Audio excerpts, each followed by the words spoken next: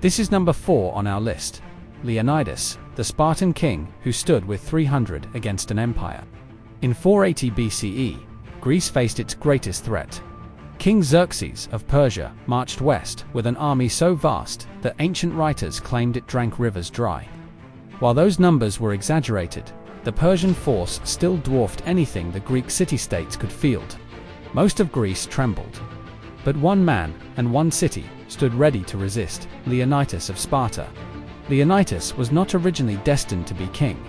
He was the third son of the Spartan royal line, elevated only after the deaths of his brothers.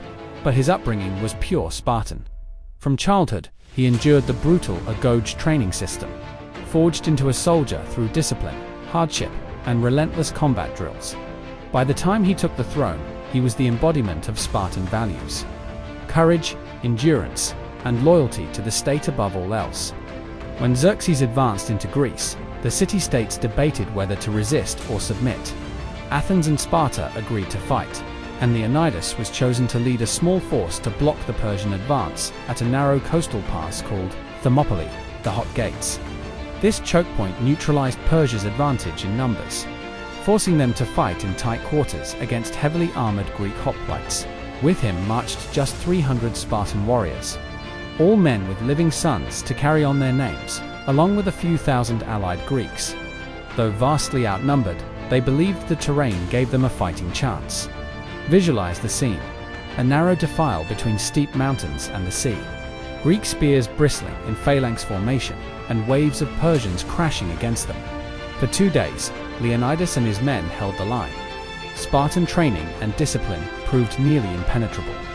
Shield to shield, spear to spear, they drove back wave after wave of Persian assaults. Even the famed immortals, Xerxes' elite guard, could not break through. The Persian dead piled high in the pass, while the Greeks rotated fresh fighters into the line. But betrayal changed everything. A local Greek revealed a hidden mountain path to Xerxes, allowing Persian troops to flank the defenders.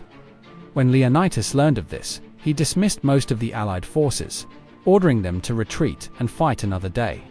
He remained with his 300 Spartans, a small band of Thespians and Thebans, and prepared for their final stand. On the third day, surrounded and doomed, Leonidas chose defiance. The Spartans fought with spears until they shattered, then with swords, and finally with bare hands and teeth. Leonidas himself fell in battle, his body contested by both sides. When the last Spartan died, the Persians finally took the pass. The sacrifice at Thermopylae was not in vain. It became a rallying cry for the Greek alliance.